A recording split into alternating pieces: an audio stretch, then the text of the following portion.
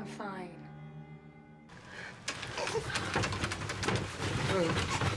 Film की शुरुआत में हम बी नाम की एक लड़की को देखते हैं जिसकी अभी अभी शादी हुई है। वो अपने पति पॉल के साथ अपनी खुशी को कैमरे में रिकॉर्ड कर रही थी। दोनों ने अपनी शादी के बाद हनीमून मनाने के लिए शहर से दूर जंगलों के बीच में एक कैबिन में आने का फैसला किया। वे दोनों यहाँ आकर बहुत खुश थे क्योंकि ये ट्रिप उनके लिए बेहद रोमांटिक होने वाली थी। कैबिन में सब कुछ पहले से ही व्यवस्थित था। ये वही कैबिन था जहाँ बी अपने बचपन में अपने माता पिता के साथ आया करती थी। इसीलिए वो पॉल को पूरा कैबिन दिखाती है। पॉल बी के करीब आता है और दोनों बेडरूम में जाकर इंटीमेट होते हैं। अब शाम हो चुकी है। ये कैबिन बहुत खूबसूरत था और दोनों अपने इस क्वालिटी टाइम को एंजॉय कर रहे थे। फिर रात होती है और बी पॉल के साथ सो रही थी। तभी रात में बी के चेहरे पर एक लाइट पड़ती है और सीन वहीं कट हो जाता है। अगली सुबह बी पॉल के लिए नाश्ता बना रही थी। तभी पॉल उससे अपने बच्चे के बारे में बात करता है, जिसे सुनकर बी का मूड थोड़ा खराब हो जाता है। पॉल अपनी बातें बदल देता है। फिर दोनों अपनी रोमांटिक ट्रिप को एंजॉय करने लगते हैं। बी पॉल को बोटिंग करने के लिए लेक पर ले जाती है और उसे अपने बचपन के बारे में बताती है। फिर बी अपने कपड़े उतारकर लेक में कूदने ही वाली थी, लेकिन लेक का पानी बहुत ठंडा था तो वो नहीं जाती है। फिर दोनों वापस अपने केबिन में आते हैं और एक बार फिर इंटीमेट होते हैं। इसके बाद दोनों पास के एक रेस्टोरेंट में जाते हैं क्योंकि उन्हें भूख लगी थी। लेकिन वहाँ पर एक अजीब सा आदमी था जो कहता है कि रेस्टोरेंट बंद है और वो लगा हुआ लैंप भी तोड़ देता है। बी और पॉल डरकर वहाँ से जाने लगते हैं। तभी वो आदमी बी को रोकता है और कहता है कि उसका नाम बिल है। बी पहली नजर में उसे पहचान नहीं पाती है। फिर अचानक से वो उसे गले लगा लेती है क्योंकि असल में बी और बिल बचपन के दोस्त हैं। बिल उसे बताता है कि रेस्टोरेंट उसकी पत्नी अनिका का है, लेकिन उसकी तबीयत अभी खराब है, इसीलिए रेस्टोरेंट भी बंद है। दोनों को बात करते देखकर पॉल थोड़ा जेलस महसूस करता है और तभी वहाँ पर अनिका आ जाती है और उन्हें वहाँ से जाने को कहती है। बिल बी को देखकर खुश होता है और दोनों एक दूसरे को अच्छी नजरों से देख रहे थे। फिर बी पॉल के साथ वापस अपनी केबिन की तरफ चली जाती है, लेकिन बी अब थोड़ी बदली बदली सी नजर आ रही थी। अब दोनों कहीं जा रहे थे, लेकिन यहाँ पर भी रोमांटिक होने के बजाय बी खोई खोई सी नजर आ रही थी और बिल के बारे में सोच रही थी। पॉल को लगता है कि शायद बी बिल के बारे में सोच रही है और हो सकता है कि बिल उसका एक्स बॉयफ्रेंड हो। पॉल उसे परेशान करने लगता है, लेकिन बी बड़ी एक्साइटमेंट से उसे बिल और उसके बचपन की बातें बता रही थी। फिर दोनों बिना क्वालिटी टाइम बिताए सो जाते हैं। दोनों सो रहे थे और आधी रात को घर की लाइट अपने आप बंद होती है और अलार्म बजने लगता है, जिससे पॉल की नींद खुल जाती है। पॉल को सुबह फिशिंग करने जाना था, तो इसीलिए उसने सुबह का अलार्म लगाया था। वो देखता है कि बी गहरी नींद में सोई हुई है, तो इसीलिए वो उसे बिना जगाए अपना फिशिंग का सामान लेता है और फिशिंग करने के लिए निकल जाता है। और जब वो बाहर जाता है तो देखता है कि बाहर बहुत ही अंधेरा है। फिर वो अपना मोबाइल चेक करता है, जिसमें सिर्फ 4:15 बज रहे थे। उसे लगा कि शायद उसका अलार्म गलती से बज गया था और वो वापस अपने केबिन में चला जाता है। जब वो बेडरूम में जाता है तो वहाँ पर बी, जो कि गहरी नींद में सो रही थी, वो अब बेड पर नहीं थी। पॉल को लगता है कि वो बाथरूम में होगी, लेकिन जब वो वहाँ पर देखता है तो बाथरूम में कोई नहीं था। बी पॉल के केबिन में कहीं नहीं थी और पॉल को लगता है कि बी उसके साथ में मजाक कर रही थी। फिर तभी वो देखता है कि केबिन के पीछे का दरवाजा खुला हुआ है। फिर वो वहाँ से बी को देखने के लिए जंगल की तरफ जाता है। पॉल बी के लिए बहुत ही परेशान था और उसे डर था कि बी के साथ में कुछ गलत ना हो। फिर केबिन से दूर वो जंगल के बीच में उसे बिना कपड़ों के एक जगह पर चुपचाप खड़ी हुई मिलती है। पॉल को पता था कि बी वहाँ पर क्या कर रही है। बी वहीं क्यूट खड़ी हुई थी और पॉल के आते ही अचानक से चिल्ला देती है और होश में आती है। पॉल बी को वापस केबिन में लेकर आता है। वो बी के लिए बहुत ही परेशान था, लेकिन बी अब नॉर्मल हो गई थी। पॉल बी से उसके नाइट गाउन के बारे में पूछता है, लेकिन बी को नहीं पता था कि वो कहाँ पर है। बी का ऐसा कहना था कि वो शायद नींद में चल रही होगी, लेकिन पॉल बी के लिए परेशान था। फिर अगली सुबह वो देखता है कि बी किचन में नाश्ता बना रही थी, लेकिन गलती से टोस्ट को जला देती है। पॉल देखता है कि ब्रेड के ऊपर बटर लगाना भूल गई है, जो कि उसे अजीब लगता है। पॉल उसे कहता है कि वो उसके साथ पिछले सालों से है, लेकिन उसने कभी ऐसा नहीं देखा जो कि पिछली रात को हुआ था। लेकिन बी उसे कन्विंस कर लेती है कि वो बिल्कुल ठीक है। अब दोपहर में बी और पॉल मछली पकड़ने के लिए जाते हैं और वहाँ पर पॉल बी को हंसाने के लिए फनी हरकतें कर रहा था, लेकिन बी उसकी बातों पर ध्यान नहीं दे रही थी। पॉल उससे पूछता है कि उसे क्या हुआ है, तो बी उसे कहती है कि वो ठीक है। फिर अचानक से बी अपने कपड़े उतारे बिना ही पानी में छलांग लगा देती है, जबकि लेक का पानी बहुत ही ठंडा था, और ये बात भी पॉल को बड़ी अजीब लगती है। फिर जब वे वापस कैबिन में आते हैं तो वहाँ पर बी अजीब तरीके से बिहेव कर रही थी। पॉल को लग रहा था कि वो बी का कुछ नहीं रख पा रहा है, तो इसीलिए बी का बिहेवियर उसके लिए ऐसा है। फिर पॉल बी को किस करने की कोशिश करता है और वो उसके करीब भी आता है, लेकिन देखता है कि बी के शरीर पर अजीब निशान हैं। बी निशानों को देखने नहीं देती है और कहती है कि निशान मच्छर के काटने से हुए हैं, लेकिन बी ऐसे बिहेव कर रही थी जैसे कि सब कुछ फनी हो। अब पॉल यहाँ पर इंटीमेट होने वाला था, लेकिन बी अब सोने जा रही थी। फिर पॉल देखता है कि बी सो रही है और उसके हाथ में डायरी है। वो बी के हाथों को भी चेक करता है। पॉल फिर जंगल में उस जगह पर चला जाता है जहाँ पर उसे बी खड़ी मिली थी। वो देखता है कि वहाँ पर बी का नाइट गाउन पड़ा हुआ है। बी का गाउन उसकी प्राइवेट जगह से फटा हुआ था और उसके ऊपर चिपचिपी चीज लगी हुई थी। वहाँ पर पास में एक पैर का निशान भी था, जो किसी आम आदमी के पैर से बहुत ही बड़ा था। अब पॉल बी के गाउन को लेकर कैबिन में आता है और वो देखता है कि उसकी वेडिंग वाला वीडियो हैंडी कैम ऑन है। बी बाथरूम में खड़ी होकर खुद से बातें कर रही थी और उस रात के बारे में बहाने बनाने की प्रैक्टिस कर रही थी। फिर शाम को पॉल कैबिन के सामने बोनफायर जलाता है, जिसमें बी मार्शमैलो को पूरा जलाकर खा रही थी। और अब पॉल को बी का बिहेवियर और भी अजीब लगने लगा था, जिसके बाद में वो जल्दी से वहां से कैबिन में आ जाता है। बी भी उसके पीछे पीछे आती है। फिर दोनों एक दूसरे को किस करते हैं और करीब आते हैं। पॉल अब परेशान था। उसे लग रहा था कि बी को उसके करीब आना पसंद नहीं था। वो पूछता है कि उस रात को जंगल में उसके साथ में क्या हुआ था, और तब भी यही कहती है कि वो नींद में चल रही है। फिर जबरदस्ती पॉल को किस करती है और उससे करीब आती है, लेकिन अब पॉल उसे रोक देता है। वो कहता है कि बी अपना नाइट गाउन पहन कर आए, लेकिन बी कहती है कि उसका नाइट गाउन गंदा हो चुका है और इसीलिए उसने उस गाउन को लॉन्ड्री में डाल दिया था। पर पॉल को पता था कि बी उससे झूठ बोल रही थी। उसे तो पता भी नहीं था कि उसका नाइट गाउन कहाँ पर है। फिर पॉल बी पर गुस्सा होकर बैठ जाता है। अब रात होती है और बी पॉल के पास में सो रही थी, लेकिन पॉल सोया नहीं था, बिल्कुल जाग रहा था। अचानक से बी अपने बेड से उठती है और कहीं पर चली जाती है। पॉल भी उसके पीछे जाता है, लेकिन बी बस पानी पीने गई थी। फिर रात भर पॉल जागता रहता है। उसे दिखाई देता है कि एक लाइट घर के अंदर आ रही है। वो लाइट जैसे उसके ऊपर पड़ती है, वैसे ही वो लाइट बंद हो जाती है। तो पॉल उस लाइट को चेक करने जाता है, लेकिन अब वो लाइट उनके अलग अलग जगह से आ रही थी। पॉल डर जाता है और अपनी गन को लेकर बाहर आता है। उसे झाड़ियों से आवाज आती है और वो हवा में गन जला देता है, जिसकी आवाज से बी उठ जाती है। पॉल जल्दी से केबिन में आता है और सारी लाइट को बंद कर देता है। उसे लगता है कि कोई उनके ऊपर नजर रखे हुए हैं।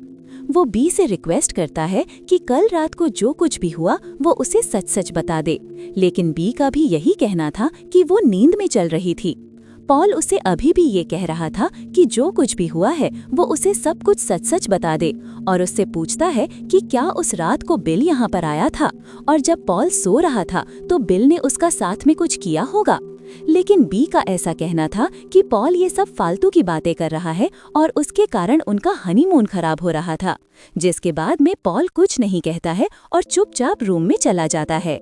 फिर अगली सुबह बी एक नोटबुक में लिख रही थी कि उसका नाम बी है और उसके पति का नाम पॉल है, और तब पॉल उसे वहां पर आकर देखता है।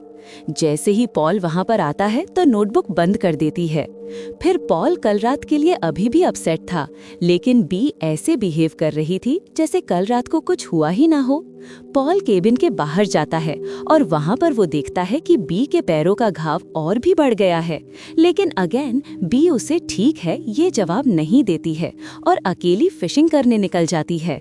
लेकिन थोड़ी देर के बाद में पॉल भी उसके साथ में फिशिंग करने के लिए आ जाता है। दोनों लेक के बीच में फिशिंग कर रहे थे तो पॉल ये कहता है कि वो यहाँ से जाना चाहता है क्योंकि उसे यहाँ पर कुछ भी ठीक नहीं लग रहा था। फिर बी उसे कल रात के लिए सॉरी बोलती है तो पॉल उसे करीब आने की कोशिश करता है और उसे जोर से पकड़ लेता है। वो बी के शॉर्ट्स को भी खोलता है, लेकिन उसके प्राइवेट पार्ट से खून निकल रहा था। बी ऐसे देखकर घबरा जाती है और दोनों फिर से लेक से बाहर आकर केबिन में आ जाते हैं। पॉल उसे डॉक्टर के पास चलने को कह रहा था, लेकिन बी का ऐसा कहना था कि बस उसके नॉर्मल पीरियड चल रहे हैं। लेकिन पॉल को पता था तो आखिर क्यों भी डॉक्टर के पास नहीं जाना चाहती थी। वो तो वीडियो में और भी पता चलने वाला है। पॉल बी से परेशान हो चुका था और वो कहता है कि वो नहीं रुकेगा। बी अपना सामान पैक करके रखे क्योंकि वे लोग यहाँ से जाने वाले हैं। लेकिन जाने से पहले पॉल खुद बिल से सब कुछ पूछने जाने वाला था। फिर पॉल शाम के समय बिल के घर पर जाता है जहाँ पर बिल नहीं था। वो देखता है कि उसकी वाइफ अनिका वहाँ पर मौजूद थी। वो उससे बिल के बारे में पूछता है, लेकिन वो कहती है कि बिल कहीं पर छुप गया है। पॉल देखता है कि अनिका के पैर पर भी बी के घाव जैसे निशान थे और पॉल अनिका से उन घावों के बारे में पूछ रहा था, लेकिन अनिका उसे कहती है कि वो यहाँ पर सेफ नहीं है। वो पॉल को जाने को कहती है, नहीं तो वो नुकसान पहुँचा सकती थी। जिसके बाद में अनिका अपनी बोट से लेक में निकल जाती है। पॉल देखता है कि वहाँ पर बिल की गन पड़ी हुई थी जिस पर खून लगा था और वो समझ जाता है कि बिल के साथ में कुछ न कुछ गलत जरूर हुआ होगा। अब पॉल घर में आ जाता है ये चेक करने के लिए कि आखिर बात क्या है। वो देखता है कि उनके घर में कोई नहीं है। फिर चुपके से वो उनके शेड में घुस जाता है। उनके सीसीटीवी कैमरा की फुटेज चेक करता है तो देखता है कि आधी रात को बी अपने रूम से निकलकर बाहर जाती है। फिर पॉल अनिका के रूम में से वैसे ही नोट्स देखता है जैसे कि बी ने लिखे। पॉल को वहाँ पर एक परछाई चुपके से देख रही थी जिसके बारे में पॉल को नहीं पता था। पॉल भी बिल के घर से निकलकर अपने केबिन में आता है तो आते ही बी की डायरी को चेक करता है। वो बी से पूछता है कि बी आखिर कौन है, क्योंकि उसकी बी ऐसे बिहेव नहीं करती थी। पॉल बी से उसका नाम पूछता है, लेकिन बी पॉल का नाम बताने के बजाय ये कहती है कि वो उसका पति है। लेकिन बी को पॉल का नाम बड़ी देर में याद आता है। फिर बी अपनी सारी डिटेल पॉल को बताती है, लेकिन ये सारी बातें उसने अपनी डायरी में लिख रखी थी। पॉल बी से पूछता है कि अनिका भी बी से उसके जैसे ही नोट्स लिखती है।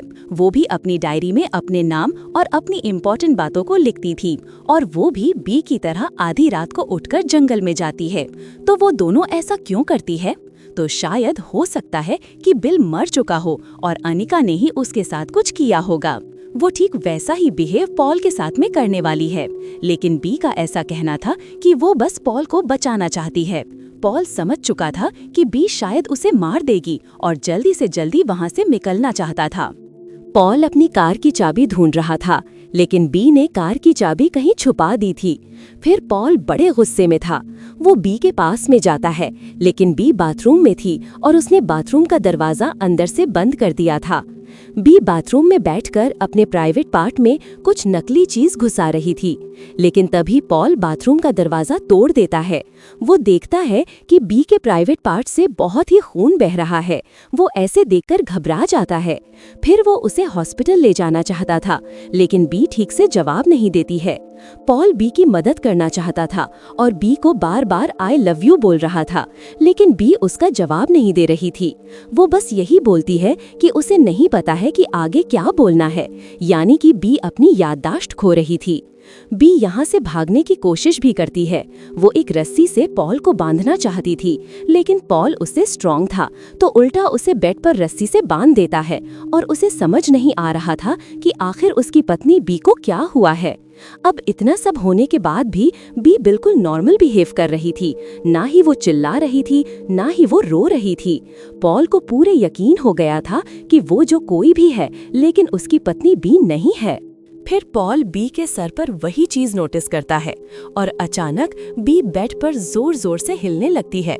फिर पॉल बी से कुछ सवाल पूछता है कि वे पहली बार डेट पर कहाँ गए थे, लेकिन बी को इस बारे में कुछ नहीं पता था। पॉल ये भी पूछता है कि उन्होंने उनकी शादी वाली रात को क्या खाया था, और ये बात भी बी बिल्कुल नहीं बताती, जबकि उनकी शादी को सिर्फ 4 दिन हुए थे। पॉल का अगला सवाल था कि उसने कब और कहां पर प्रपोज किया था, और उसका जवाब भी बी सही से नहीं दे रही थी। वो कहती है कि वो कैंपिंग करने गए थे, लेकिन ये सारी चीजें उन्होंने कैमरे में रिकॉर्ड की हुई थी। पॉल को जवाब भी बी का बिल्कुल गलत था। वे कैंपिंग करने के बजाय घर में कैंप लगाकर बैठे थे, क्योंकि बी की तबीयत खराब हो गई थी। पॉल समझ नहीं पा रहा था कि बी कहां पर है। वो बी को बहुत ही पास से देख रहा था और उसकी हर एक चीज को नोटिस कर रहा था। बी की बॉडी बी की थी, लेकिन वो बी नहीं थी। पॉल बी को टच करता है और उसका हाथ पूरा खून से लथपथ हो जाता है और उसके हाथ पर एक अजीब सी चीज लगती है। बी फिर पॉल को ये कह देती है कि वो उसके अंदर है और पॉल उसे उसकी बॉडी से निकालने में उसकी मदद करे। बी की बॉडी से कोई चीज बाहर आ रही थी और पॉल उसे पूरी तरीके से खींचकर निकालने की कोशिश कर रहा था। ये एक लंबी सी नुकीली चीज थी जो हिल रही थी और उसे जिंदा भी थी। तब पॉल के सामने बी आती है और उसके पैर पूरी तरीके से सूज रहते हैं। वो बताती है कि उसे एक लाइट नजर आई थी जो कि जंगल से आ रही थी। वो लाइट उसके चेहरे पर पड़ी और उसके बाद से उसे कुछ नहीं दिखा। वो अपने आप उस लाइट के पीछे पीछे चल दी। फिर उसे वहाँ पर काली काली परछाइयाँ दिखीं जो कि उसकी बॉडी में घुस गई हैं, और तब से उसे ऐसा लग रहा है कि वो अभी भी बी की बॉडी में ही है। वो जो कुछ भी चाहते हैं, बी के दिमाग में वही सारी बातें चलती हैं। बी पॉल को बताना तो चाहती थी, लेकिन उसकी बॉडी को कंट्रोल कर रहे थे और उसे ऐसा करने से रोक रहे थे। बी की बॉडी उसकी है, लेकिन वो धीरे धीरे अंदर से मर रही थी। पॉल को कुछ भी समझ नहीं आ रहा था, तो वो बस बी को हॉस्पिटल ले जाना चाहता था, लेकिन बी नहीं जाना चाहती थी। फिर अचानक वही लाइट बी के ऊपर पड़ती है और बी अजीब अजीब चीजें बड़बड़ाने लगती है। वो कहती है कि अब उन्हें पॉल की जरूरत नहीं है और पॉल के पास में अब थोड़ा सा ही समय है। फिर लाइट अपने आप बंद होती है और बी अपना होश में आती है। वो पॉल से कहती है कि वो अब उन लोगों के लिए परेशानी बन चुका है और वे लोग पॉल को नुकसान पहुंचा सकते हैं, और वो चीज से पॉल को मारकर कोशिश कर देती है। पॉल को बांधा हुआ था। वो देखता है कि बी खून लेकर उसके पास ही मेरी। पॉल उसे जाने देने की बातें कर रहा था, लेकिन बी उसे कह रही थी कि वो पॉल को उनसे छुपाना चाहती है। वे लोग पानी के अंदर नहीं आ सकते हैं, तो इसीलिए वो पॉल को पानी के अंदर डाल रही थी, जहाँ पर वो बिल्कुल सेफ रहेगा। लेकिन बी ये बात भूल चुकी थी कि पानी के अंदर पॉल मर जाएगा। पॉल बी से उसे खोल देने को कह रहा था, लेकिन बी उसके पैरों को भारी भरकम चीज से बांध रही थी और पॉल को उठाकर पानी के अंदर डाल देती है और पॉल पानी के अंदर चला जाता है। सीन यहाँ से कट होता है और हम देखते हैं कि बी कैबिन में अकेले बैठकर अपनी शादी का वीडियो देख रही थी। बी की हालत बहुत ज्यादा खराब हो चुकी थी और उसकी स्किन पूरी तरीके से सूज चुकी थी और उसकी आंखें भी बदल गई थी। वो क्या कर रही है? फिर अचानक वही लाइट उसके ऊपर पड़ती है और बी वहां से उठकर चल देती है। वो दोनों उस लाइट के पीछे जा रहे थे।